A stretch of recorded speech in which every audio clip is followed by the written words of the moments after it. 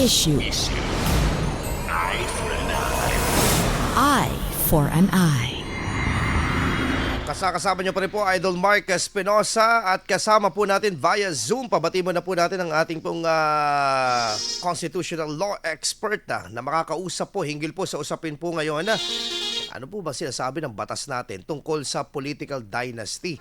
At kamakailan nga po nagsampa ng disqualification sa mga hindi naman sinisingle out natin dito, no, pero alam mo, isa po sa mga talagang kilala din po talaga sa larangan ng media at sa larangan po ng politika ngayon ang mga tulfo na hinahiinan po ng disqualification sa Commission on Election, and ito po ba ay magpa-prosper? Alamin mo na po natin yan, babatiin mo na po natin na sa ating Zoom si Attorney Vian Lawrence Gabato, isang constitutional law expert. Magandang umaga po, Attorney.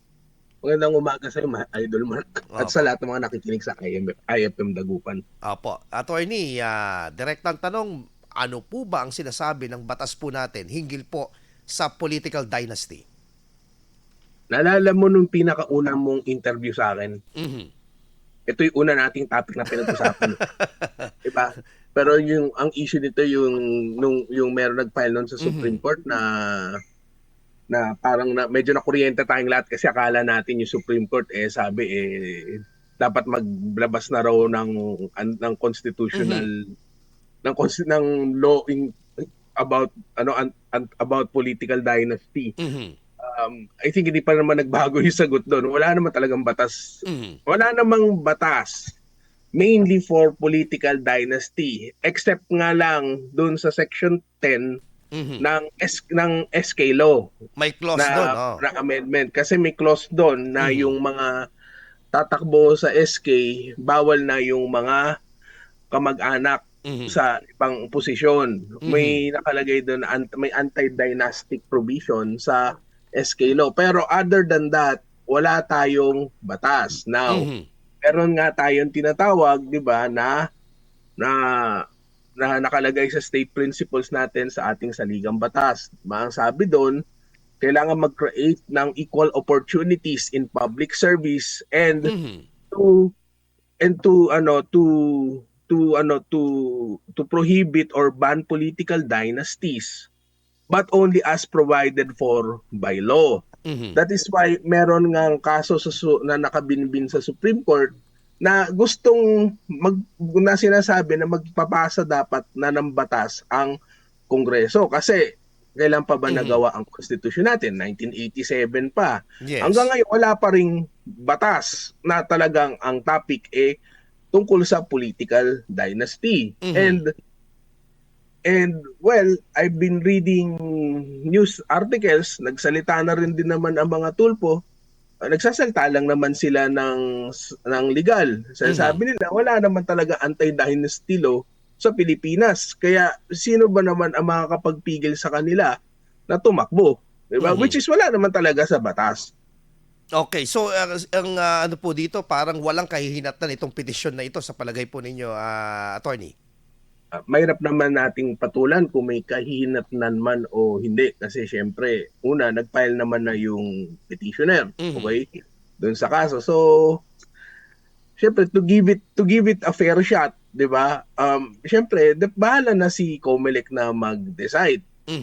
Now whether or not umabot itong kaso na to sa Korte Suprema, of course it's another story, 'di ba? Kasi sabi ko nga, may nakabinbin nga na kaso na sinasabi na yung sinasabi, 'di ba, doon sa petition na yun na dapat magpasa na ng batas ang Kongreso tungkol sa political dynasties. Yun nga, hanggang ngayon wala pa rin batas. Hanggang ngayon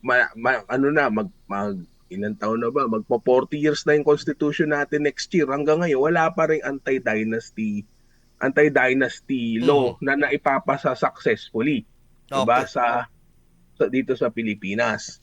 At may mga katulad for example yung sa isang press conference dahil itinanong din ito sa isang senatorial aspirant na si Congressman Erwin Tulfo. Sabi nga niya, hindi pa niya na-accept hindi niya pa natatanggap yung yung reklamo na yon. Pero ang sabi niya, kaisa siya kapag sakaling makalusot siya sa sa pagkasenador ay kaisa siya sa magpapasa ng anti-dynasty. Ano po ang dito? What is the reason behind kahit obviously itatanong ko na ito, bakit hindi maipasa-pasa itong political dynasty, anti-political dynasty, Attorney Vian? Hindi naman natin kailangang hulaan kung bakit hindi pa maipasa-pasa yung anti-dynasty bill na yan. 'Di ba? Parang sabi ko din sa ito the last time na sino ba naman ang papatay dun sa gansa na naglalabas nung gintong itlog, 'di ba? Mhm. O let us be frank about it. Siyempre, kung ikaw ay mambabatas or ine-elect ng taong bayan, Mhm. siyempre sasabihin mo, actually maraming dahilan yan pero siyempre, in a common sense manner, ikaw mambabatas ka, gagawa ka ba ng batas na Mhm. hindi mo quote-unquote papamana sa sa mga kamag-anak mo, 'di ba? Mhm. Yun ang nangyayari diyan 'di ba? Siyempre, ang masaya pa doon, sasabihin kong masaya, sinong sisisihin nila? Ang sisisihin nila yung taong bayan. Kasi sasabihin nila, marami akong narinig dati. I'm not going to mention names of the politicians. May mga katwiran, kami binoboto ng tao, may magagawa ba kami? Sounds familiar. Diba?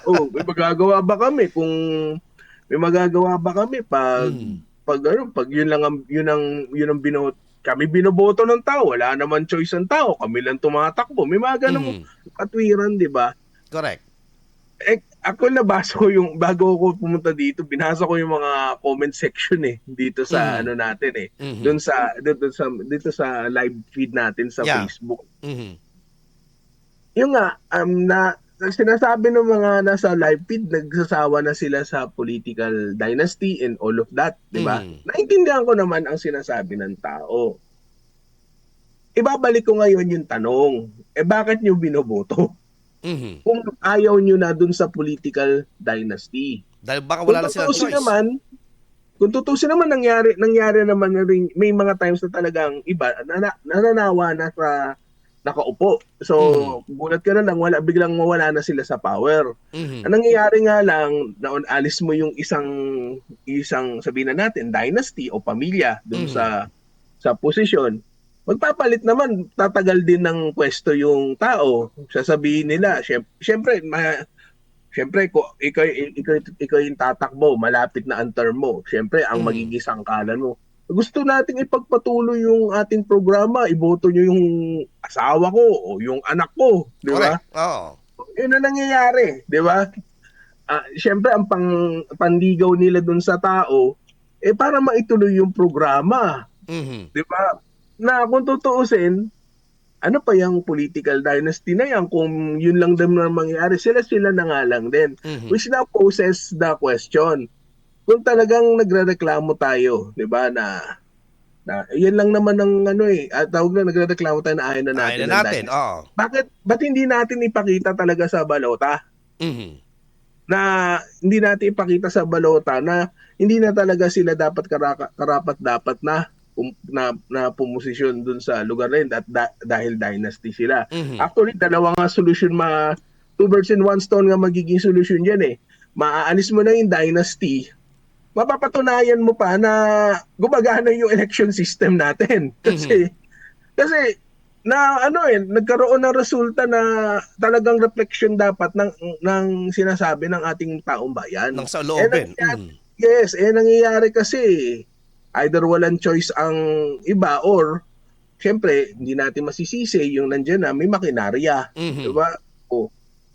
So kung talagang ayaw niyo na talaga nung tao, kahit may makinarya pa yan, hindi iboto nyo talaga kung sino dapat ang karapat-dapat. Iba naman kasi, I'm not going to of course blame the voters directly, pero syempre, di ba, sabi natin, di ba, nung huli, minsan may mga bagay na nadadaan sa kalamnan, di ba? Yeah. Yung malapit sa sikmura, Attorney Vian. Di ba, malapit sa sikmura o sa kalamnan, di ba? Yes. Yun ang unang i-address ng tao. Syempre hindi naman i-address, wag tayong realistic. Minsan i-address ng mga botante yung mga issues, i-address lang nila yung ina-address nila yung kung ano yung needs di ba? Yeah. Yung nangyayari nagiging needs, quote unquote needs na kasi yan. Attorney Vian, timbangin natin, no? Sa palagay nyo ba mas marami ang consequence na pwedeng impact nito sa ating bansa, yung pagkakaroon ng political dynasty, o ito may mga benepisyo din na kahit papaano? Kung pupunta naman tayo sa benepisyo, ewan ko, hindi ko alam kung naging attitude na ba to in general. Sometimes kasi meron tayong attitude na, as a community, we're talking about as a community. Minsan kasi may parang attitude tayo na minsan yung iba ayaw mag-lead Gusto lang mag-follow. Kaya yun din ang isa ding dahilan. Kaya meron ding dynasty. Kasi ang lumalabas dyan, may ayaw palitan So parang ikaw na lang. Ganun yung nangyayari kasi. At tingin ko may mga ibang mga lugar ganyan na kahit lang sa pinakamaliit na parang environment, like for example homeowners association o kaya mga grupo, may mga tendency na ayaw magresponsibilidad, ayaw nilang humawak kasi alam nilang mabigat so parang pinababayaan na lang nila sa iba. Sometimes naman pag pinabayaan naman na lang sa iba, either okay naman yung iba naman okay naman yung iba naman abusado yung pag-handle, 'di ba? Pareho lang din yan dun sa pareho lang din yan dun sa political dynasty Ang nangyayari kasi nga ayaw maging accountable 'di ba? Pagdating na sa parang leadership, 'di ba? Yung parang ayaw maging leader So nangyayari ngayon, may iba, yung pa rin ang nakalagay sa pwesto. Now, may iba naman talaga kasing sabihin natin quote-unquote political dynasty, okay? Or mga pamilya. Kasi meron na ako naririnig, parang dinidistinguish nila yung political dynasty sa legacy. Although, para sa akin, wala namang pinagkaiba yun Dynasty pa rin yun. Diba? Para lang binihisan mo yung lobo ng ng damit ng damit ng pangtupa Diba? Tandaan nyo, ang point ng Constitution, diba, is the concept of equal opportunities for public service. Yun naman ang purpose nun, kaya may sinasabi ang Constitution na sana magkaroon ng batas on political dynasty. Kasi it's a sign na kailangan mag-equal. Yung point ng equal opportunities, hindi lahat ng nakikita mo lang ngayon, sila lang ang nakaupo. Diba? Meron kang ibang choices. Kaya nga, inaalaw nga na tumakbo ka ng COC Except lang pag mga national positions, pinifilter ng COMELEC kasi yung iba kasi nuisance candidates di ba? Panggulo lang. Pero sa national generally wala namang ganong issue sa na parang nuisance except lang pagkapangalan. Pero the point is anyone can run for public office. Siyempre nga lang nagkakaroon lang naman ng issue dun sa makinarya, yung talagang kayang bang sabayan yung nandiyan na sa pwesto. Diba? Yun ang nangyayari kasi. Kung sino may pera, yun na lang talaga. Well, parang ganun na nga ang dating. Diba? Pero syempre at the end of the day, whether or not may pera o wala yan, diba? Kasi syempre ang kampanya naman, ang election naman, let us admit it, is a bit of an investment. Syempre dun sa tumatakbo. Kasi syempre pag nanalo sila, syempre gusto nilang tuparin yung mga pinangako. Dapat pinangako, 'di ba? Na whether or not gawin nila 'yun, it's another thing, 'di ba? Pero syempre kung hindi naman nila maitupad yung mga pangako nila after the election, andyan naman ang susunod na election para gawin 'yan. Lagi ko sinasabi sa mga estudyante ko to sa law school. Na sana sabihin nyo sa mga kakilala nyo, sa mga kamag-anak nyo, 'di ba? Even as early as now. Ang totoong may kapangyarihan ang taong bayan. Pwede silang kung gusto nila magpatalsik ng isang kandidato or pwede silang magpatalsik ng nakaupo sa pwesto, kayang-kaya nilang gawin yun. Sa eleksyon, pwede.